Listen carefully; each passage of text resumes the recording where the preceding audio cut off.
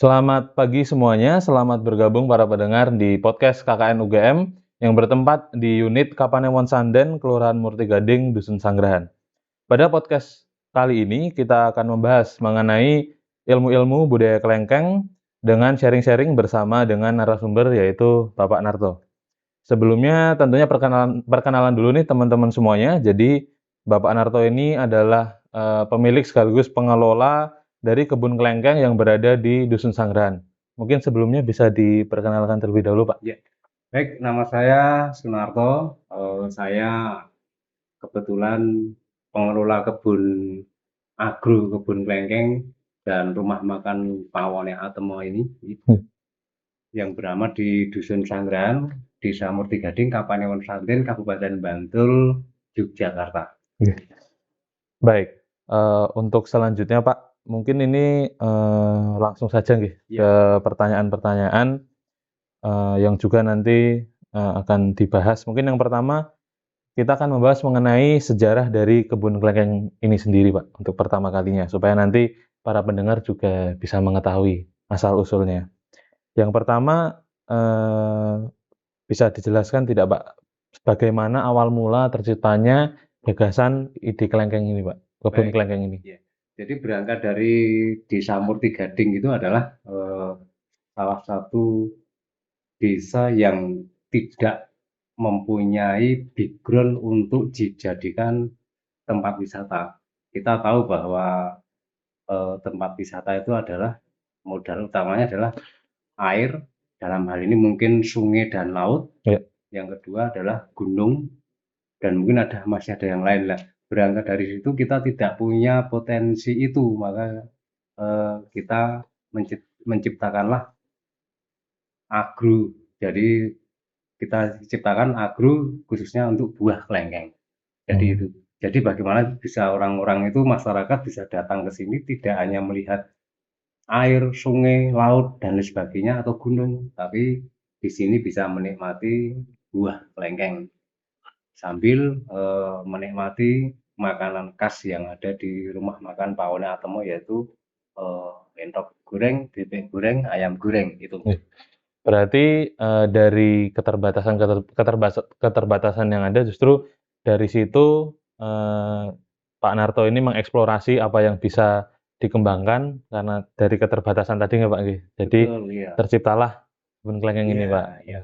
Baik. Jadi itu, jadi sejarahnya seperti itu. Jadi berangkat dari kita tidak punya modal eh, apa ya background alam yang memang kulturnya itu bisa dijual, yaitu kita menciptakanlah yang ada adalah ya tanah hamparan yang itu bisa kita manfaatkan sebagai agro khususnya buah gitu. Baik Pak. Kemudian saya penasaran Pak. Tadi kan Pak Narto sudah menjelaskan mengenai bagaimana awal mula terciptanya kebun kelengkeng ini Pak.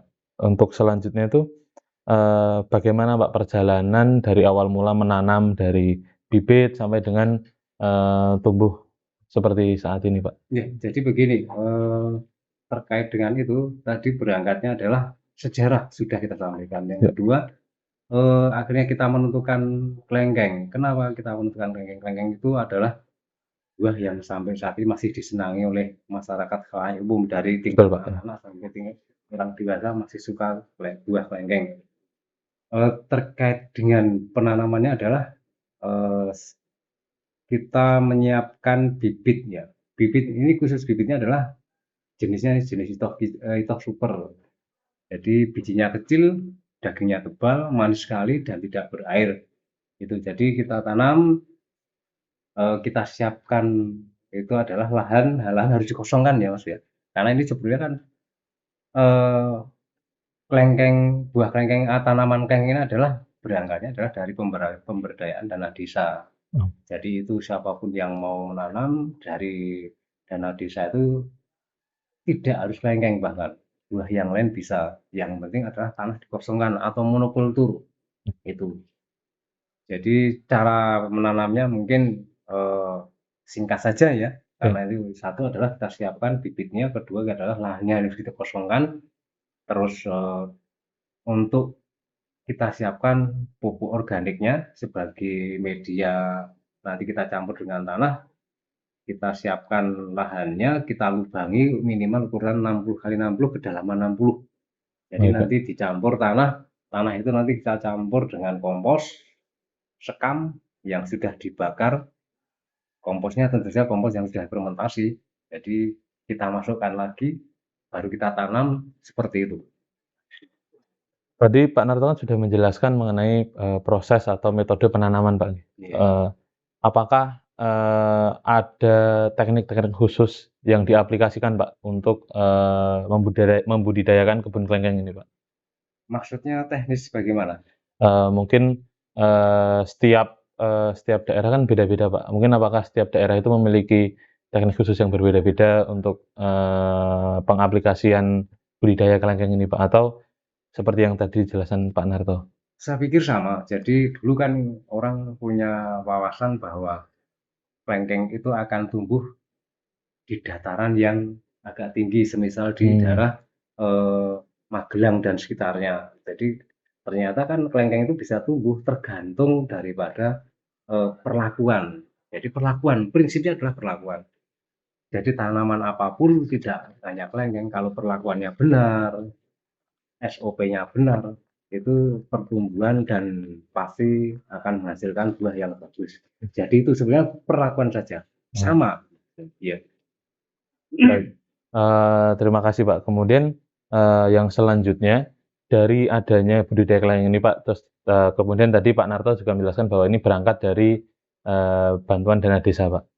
Nah, apakah sampai sekarang ini kebun kelengkeng ini sudah bisa dikatakan mandiri dari Pak Narto dan juga kelompok tani kelengkeng Duta Makmur, atau masih ada perlibatan dana desa, Pak, untuk di kebun kelengkeng ini? Baik, jadi kan terkait dengan eh, berbicara dana desa, jadi memang pemberdayaan itu tentu saja kalau hanya sekali saja Ya, dan tidak ada kelanjutannya atau betul, Pak. berkelanjutan.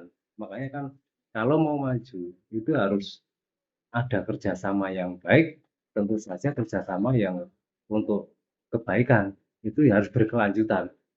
Jadi saya sampaikan bahwa siapapun yang mau nanam dengan catatan syaratnya adalah tanah harus dikosongkan, tidak harus buah kelengkeng, itulah dana desa bisa dimanfaatkan untuk pemberdayaan khususnya agro. Ya. Dan ini kita sudah ada sekitar hampir 30 yang nanam seperti ini. Setelah ini berbuah, masyarakat baru, oh berbuah ya. Akhirnya tertarik. Kita bentuklah kelompok yang namanya kelompok Duta Makmur khusus buah kelengkeng. Kelengkeng. Jadi itu. Jadi berangkat dari dana desa, akhirnya banyak yang suka. Jadi ini berkelanjutan. Ini berkelanjutan. Terus menerus. Support dari dana desa terus menerus. Tidak hanya berhenti pada awal, tapi betul-betul dikawal oleh desa. Jadi ini saya terima kasih sekali pada Pak Budi Subowo dan Pak Lurah Desa Murtigading Pak Sutrisno Oke. yang telah menjadikan Desa Murtigading menjadi desa agrowisata, khususnya buah kelengkeng. Baik. Berarti memang dukungan dari pemerintah Murtigading ini memang sangat berkelanjutan ya, Pak, ya? Iya betul. Kemudian tadi dari awal Bapak Narto sudah menyampaikan bahwa kebun kelengkeng ini sudah menjadi agrowisata yang khas begitu, Pak, ya, Iya. dari maupun dari Dusun Sanggrahan maupun secara Kelurahan Murtigading, atau justru malah sudah secara nasional, Pak, ya, secara nasional sudah mendapatkan atensi khusus. Iya. Nah, dari adanya nama agrowisata ini, Pak, apakah kemudian apa saja hal-hal yang bisa dikatakan itu sebuah kebun atau sebuah budidaya ini menjadi agrowisata, Pak? Kemudian kenapa bisa disebut sebagai agrowisata, dan apa saja hal-hal yang perlu disiapkan untuk menjadi agrowisata? Ya, tentu saja begini. Tadi saya sampaikan bahwa karena komitmennya desa itu untuk menjadikan Desa Murtigading menjadi agrowisata khususnya buah kelengkeng, jadi pemberdayaan yang berkelanjutan. Jadi tidak hanya sekali dibantu, jadi dari awal tanam sampai berbuah dan sampai sekarang pun masih disupport oleh desa. Jadi terkait dengan apa yang menjadikan eh, Desa Murtigading menjadi desa agrowisata ya memang karena buktinya sekarang banyak pengunjung. Banyak pengunjung yang saya tadi sampaikan berangkat dari kita pinginnya ada orang yang datang ke sini tidak hanya datang ke laut, ke sungai atau ke Betul. gunung, tapi faktanya setiap hari kita targetnya ada buah gitu. Di sini aja setiap hari ada buah, belum di tempat lain. Jadi memang pengunjung kalau pas ini tua orang yang datang satu nanti berikutnya datang 10, berikutnya datang 100. Jadi kita tidak pernah menjual lewat medsos, tapi yang menjual adalah pengunjung. Ini bukti bahwa eh, apa yang menjadi harapan kami, Murtigading menjadi khususnya di Dusun Sanggeran ini, di tempatnya agrowisata Klengkeng dan rumah makan Pawone Atemo yang tergabung dalam kelompok tani duta Betul. makmur Klengkeng itu buktinya sampai sekarang banyak pengunjung yang kesini untuk studi banding, untuk Baik. belajar. Dan inilah bukti bahwa apa yang menjadi harapan kami adalah sudah terbukti. Tadi saya sampaikan kita tidak pernah menjual memasarkan lewat medsos, tapi justru pengunjung sendiri yang menjual. Besok hari ini datang satu, Besok besok datang datang lagi. 10, besok datang 100, Betul, Pak. seperti itu. Baik, tadi Pak Narto menyebutkan mengenai harapan gitu, Pak. Ya. Nah, mungkin saya ingin tahu Pak juga para pendengar nanti kemudian pihak-pihak yang berkaitan dengan perekaman podcast ini juga ingin mendengar harapan maupun mungkin bisa diawali Pak sebelumnya dengan masalah-masalah yang mungkin dapat dibantu oleh pihak-pihak yang diselesaikan dan juga nanti bisa dilanjutkan Pak dengan apa harapan dari kelompok tani duta makmur sendiri untuk khususnya budidaya kelengkeng ini, Pak? Ya, jadi begini, harapan kami adalah tentu saja kelompok duta makmur buah kelengkeng ini ke depannya bisa berkembang. Dan alhamdulillah sampai saat ini kemarin kita dapat bantuan dari Kementerian Pertanian 2.500 bibit dan ini bukti bahwa kelompok duta makmur sekarang sudah berkembang dan di Murtigading, desa Murtigading sekarang total yang sudah ditanam hampir sekitar 4.000-an pohon. Ini yang terbaru, yang 2.500 kemarin sudah kita tanam, kira-kira umurnya baru sekitar 3 bulan. Mungkin 2 tahun ke depan kita mungkin akan menjadi desa kunjungan khususnya agrowisata Klengkeng. Ini adalah bukti bahwa harapan kami dari kelompok itu betul-betul menjadi kenyataan dan sekarang sudah disupport dari berbagai elemen. Contohnya jenengan kesini datang dan BM itu adalah bagian dari support kita. Dan kedepannya tentu saja tidak hanya itu yang kami harapkan. Banyak kunjungan-kunjungan yang belajar ke sini dari Sulawesi Tenggara. Kalau Jawa Tengah mungkin sudah banyak yang ke sini. Jadi Jogja mungkin ya sudah, dan alhamdulillah dinas-dinas terkait juga ikut mensupport.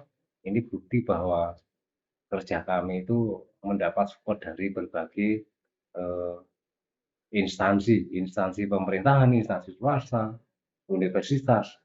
Lah monggo nanti kalau mau berkunjung ke sini, dan ini tidak hanya kebun kelengkeng saja, kita terintegrasi dengan madu lanceng yang dimana itu kita memanfaatkan dari bunga kelengkeng dan terintegrasi lagi dengan rumah makan Pawone Atemo yang tadi saya sampaikan adalah menunya tadi ada entok, bebek, ayam, adalah seperti itu. Di mana Dan itu tidak hanya itu saja, kami dapat dukungan dari universitas lain juga terkait dengan penginapan yang nanti kedepannya kita menjadi homestay yang mana rumah-rumah kosong di wilayah kami yang kebetulan rumah kita adalah rumah Jawa, rumah tradisional. Betul, Pak. Itu akan menjadikan homestay di Dusun Sanggeran ini yang disupport oleh desa dan satu universitas di Yogyakarta. Itu. Baik, Pak.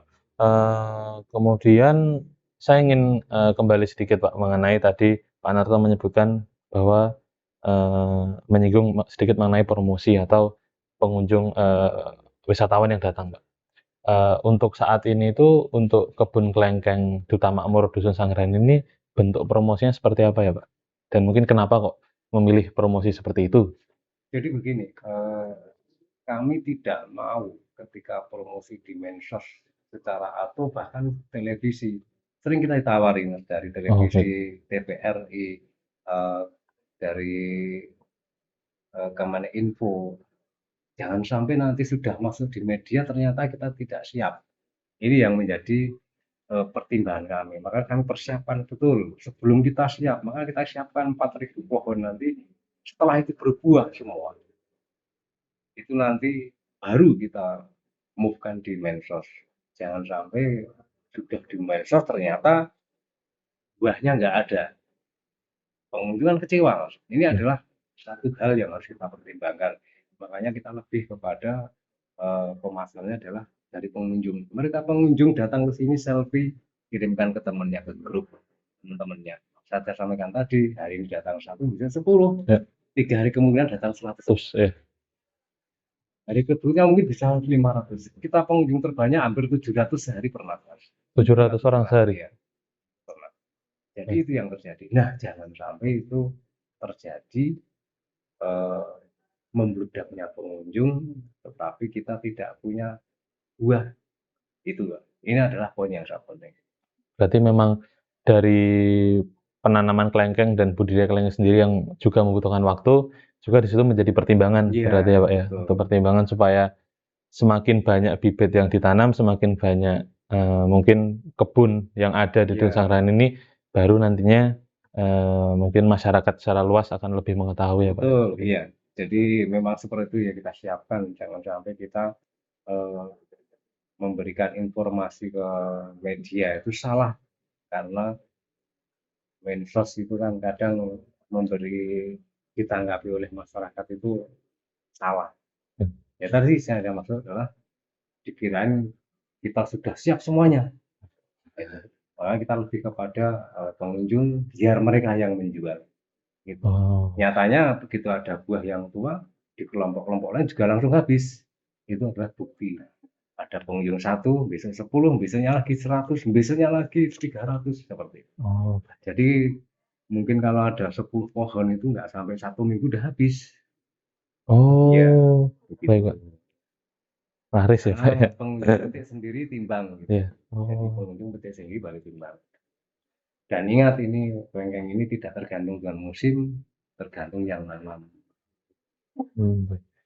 Mungkin bisa dijelaskan Pak kepada nanti pihak UGM maupun teman-teman yang mendengarkan podcast ini, yang dimaksud bahwa tidak mengikuti musim atau tidak mengikuti alam, cuman mengikuti penanam itu seperti apa Pak? Jadi Untuk kan kita punya pohon ini di sini adalah 100 lebih pohon. Kita bagi bagaimana caranya setiap hari ada buah. Maka kita bagi sekali buahin kita booster. Jadi kita nutrisi. Makanya oh kita baik. tidak tergantung musim. Setahun sekali. Ya Makanya ini kan ada yang berbunga, ada yang pentil itu kan betul Pak. karena itu digilir gantian biar Oh, setiap hari ada buah. oh baik Keuntungan baik Pak. jenisnya Ya. adalah itu bisa diatur buahnya tergantung petaninya, tergantung pengelolanya. Makanya selang umur 3D nanti ketika itu saya nanti yang saya sampaikan tadi 4.000 itu sudah untuk siap dibuai kita gantian kita gilir. Nah ini menjadi sentranya adalah di sini. Di Dusun Sanggrahan ini adalah sekretariatnya Duta Makmur kelompok tani kelengkeng. Kelengkeng. Mungkin sedikit menyinggung mengenai harapan untuk 4.000 pohon ya Pak, 4.000 pohon kelengkeng, 4.000 bibit. Nah itu apakah untuk saya penasaran Pak, konsep untuk agrowisata nanti apakah akan semuanya itu terpusat menjadi satu atau tempat kebunnya itu akan terpisah-pisah Pak? Dan mungkin uh, apa Pak perbedaan apabila nanti mungkin dijadikan satu, mungkin hambatan-hambatan apa yang apabila nanti dipisahkan untuk lokasinya Pak, begitu? Jadi begini, untuk wilayah Murti Gading itu tidak memungkinkan eh, sekitar 4.000 pohon itu dijadikan satu tempat. Jadi kan wilayah, makanya tadi sampaikan, ini wilayah adalah kelompok Duta Makmur Agrowisata Agus Klengeng adalah di wilayah Desa Murtigading skupnya adalah kelurahan, tidak di satu tempat saja, terpencar di beberapa dusun. Oh, baik. Jadi itu poin yang harus dipahami dulu. Jadi untuk tempat di sini adalah seperti itu. Jadi terpencar di wilayah Murtigading dengan jumlah 4.000. Jadi ada yang 100 pohon, ada yang 200 pohon, ada yang 80, ada yang 10 pohon. Baik. Syaratnya adalah tadi tanahnya harus dikosongkan. Betul. Itu. Jadi kenapa tadi saya sampaikan tersebar di seluruh Murtigading? Karena apa? Untuk bisa mencari tanah seluas itu tidak mungkin dalam satu titik di Baik. wilayah sini. Ya harus terpencar. Seperti ini di tempat Dusun Sanggeran di ini ya kira-kira 5.000 meter untuk seratusan lebih pohon. Yang tempat lain ada yang lebih luas lagi atau ada yang lebih kecil lagi. Jadi itu. Jadi yang 4.000 itu termasuk yang baru usia 3 bulan. Baik Pak, berarti kalau pemerataan di beberapa dusun begitu Pak, apabila ada pengunjung yang semisal datang ke Dusun Sanggeran ini Pak, Iya. dan kebetulan mungkin untuk buahnya kurang mencukupi untuk wisatawan yang datang. Nah itu solusinya berarti untuk saat ini tuh dialihkan atau bagaimana Pak? Dialihkan ke mana? Ini kan kita jadwal. Yang siap berbuah kan ada sekitar 30 lokasi yang seperti ini. Cuman ini yang terbanyak, paling banyak ya tempat lain ya kira-kira 50-an pohon yang terbanyak setelah ini ya. Ada yang 10, ada yang 15, ada yang 20. Ya itu tersebar. Kita kan komunikasi lewat grup. Grup WA kita kelompok Duta Makmur kita bikin WA di mana kita setiap hari komunikasi untuk bisa dijadwal pembuahannya jangan sampai bareng. Ketika sini habis, kita antar ke sana. Ke sana. Jadi memang sentralnya adalah di sini, sekretariatnya adalah di sini. Berarti semua pengunjung yang datang itu tetap berkumpul di sini terlebih dahulu ya Pak ya? Iya, tidak harus itu. Kadang kan yang punya penanamnya sendiri kan juga punya relasi. Oh baik. Dia punya relasi, punya grup. Kadang sudah belum sempat ke sini pengunjung, mungkin sana sudah habis. Karena penanamnya juga punya relasi sendiri untuk bisa menjual. Begitu. Namun demikian kalau mereka itu yang terjadi saat ini adalah kita saling tanya, tempat kamu ada buah enggak? Betul. Ini ada pengunjung, kita antar ke sana. Begitu Pak. Selanjutnya mungkin Pak menyinggung 2023 adanya juga kemarin saya sempat berdiskusi dengan kelurahan, terutama Pak Sutrisno itu untuk 2023 terdapat istilahnya kucuran dana ataupun bantuan dari pemerintah desa ya Pak ya. Kemudian untuk 2023 itu targetnya Pak selain nanti mungkin memperbanyak kebun ini apa saja Pak? Mungkin untuk target-target ke depannya mengenai agrowisata kebun klengkeng ini Pak. Jadi gini, untuk itu terkait dengan support desa ya. Betul Pak. Jadi memang betul. Jadi memang tadi sampaikan bahwa support dari desa itu tidak hanya pada awal saja, betul-betul yang adalah dikawal, didampingi. Jadi seperti itulah. Makanya kalau mau berhasil harus seperti itu, seperti Desa Murtigading. Maka saya terima kasih sekali kepada Pak Lurah Sutrisno dan Pak Budi Subowo yang betul-betul merintis dari awal. Itu adalah memang hasil pemikiran beliau-beliau itu dan kita yang selama ini selalu berdiskusi. Jadi sampai saat ini masih terus disupport soal itu. Ya mungkin dari pemupukannya, dari pembuahannya, mungkin dari alat-alat lain, sarana dan prasarana yang dibutuhkan oleh kelompok Duta Makmur kebun klengkeng ini. Jadi sarana dan prasarana yang dibutuhkan sampai sekarang masih dipotong. Oh, berarti memang kuncinya ada di kolaborasi itu ya Pak? Ya betul. Kita berkolaborasi memang untuk bagaimana kita bisa mengembangkan potensi-potensi wisata terutama di desa yang juga nantinya tentunya bisa meningkatkan ekonomi masyarakat ya Pak. Betul sekali. Ya sekarang gimana kalau tidak meningkatkan ekonomi masyarakat? Di sini ada pengunjung, kita juga ada warungnya. Betul. Ternyata kanan kirinya juga ikut bekerja di sini, menjadi pelayan, membantu di kebun. Jadi ini adalah bagian dari memberdayakan masyarakat, tidak hanya satu orang yang terlibat, banyak sekali. Yang tadinya kan kebun ini tanaman-tanaman yang tidak produktif, yang usianya mungkin puluhan tahun, yang tidak laku dijual. Itu ya inilah yang susah untuk menyadarkan masyarakat masih mempertahankan tanaman-tanaman yang tidak berfungsi, yang usianya puluhan tahun nggak laku dijual, nggak laku, suruh nebang aja nggak mau Oke, masyarakat. Pak. Itu bukti fakta, dan memang itu sulit sekali merubah pola seperti itu, pola berpikirnya orang-orang zaman dulu, dan sampai sekarang pun masih banyak yang seperti itu.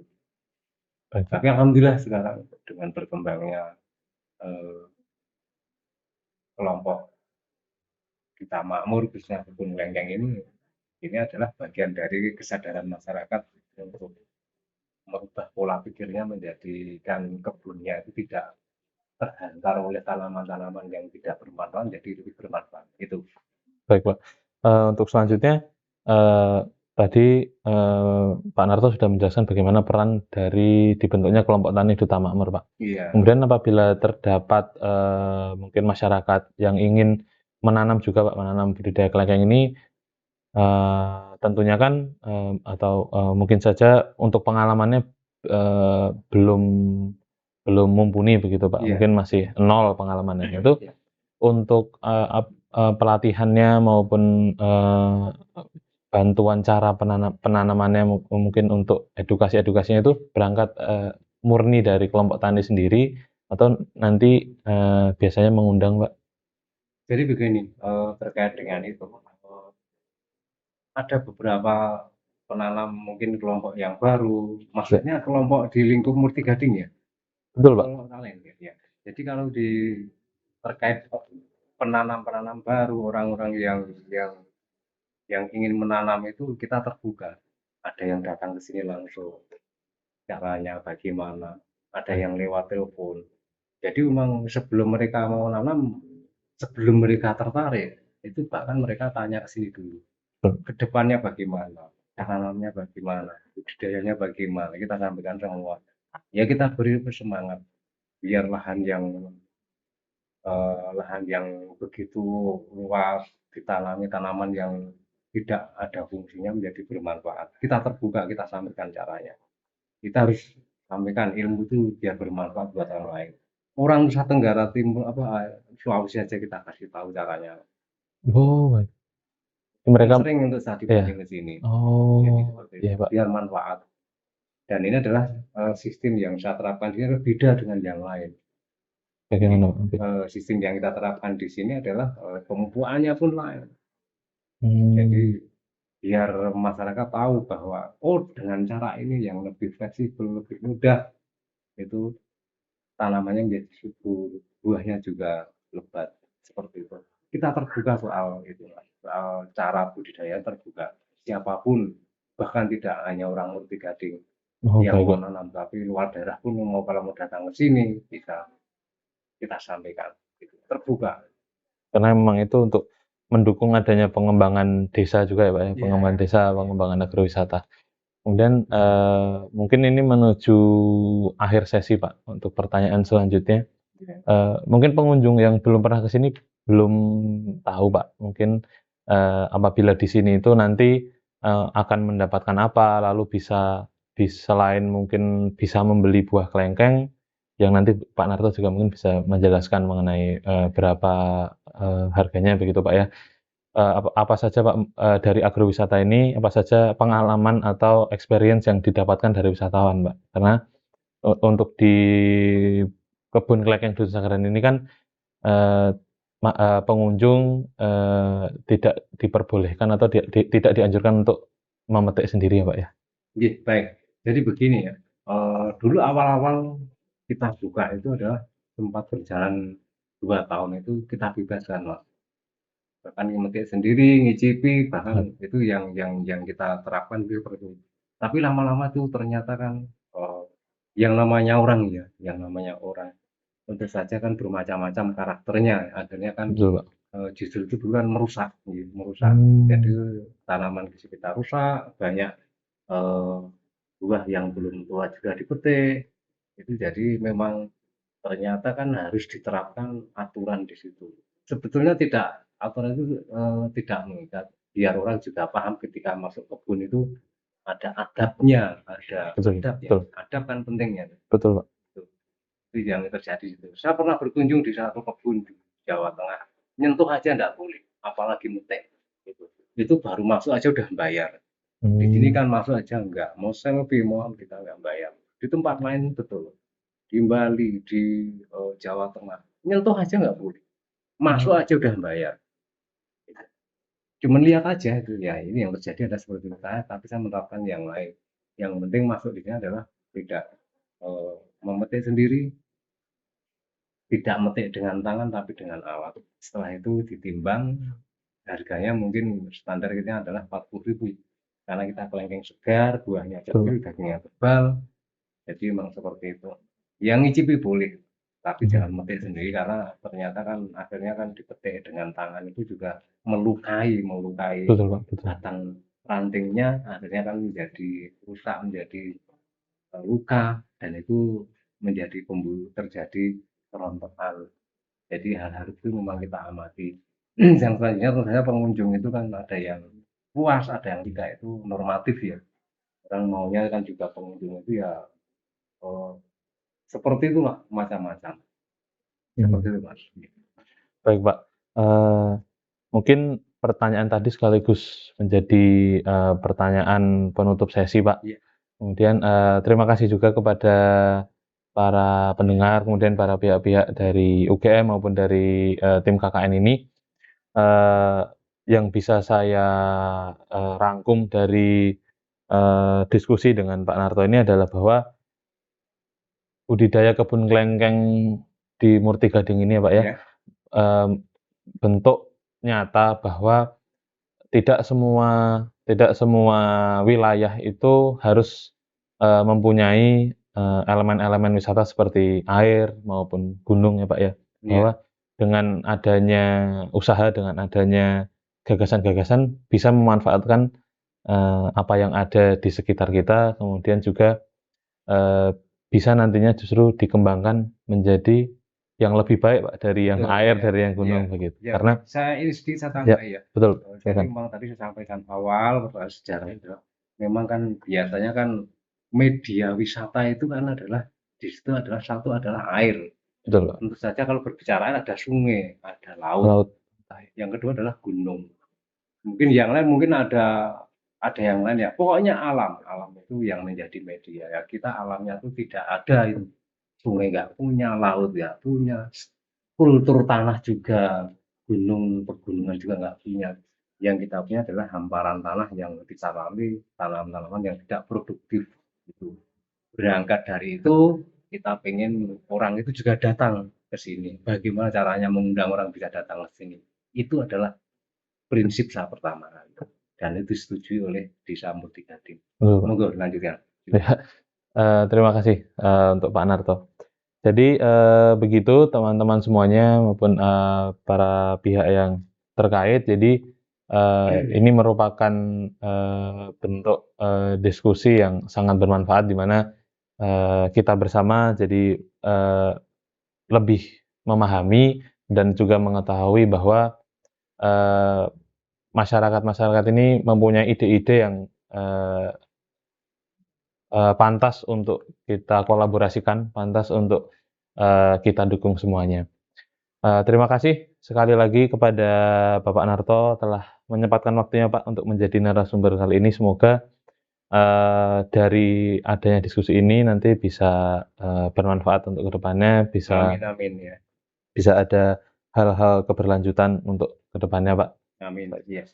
Terima kasih semuanya. Nama saya Ahmad Farhan Nazari dari tim KKN UGM. Pamit undur diri. Sekian, terima kasih. Terima kasih Pak. Sudah Pak. Ya.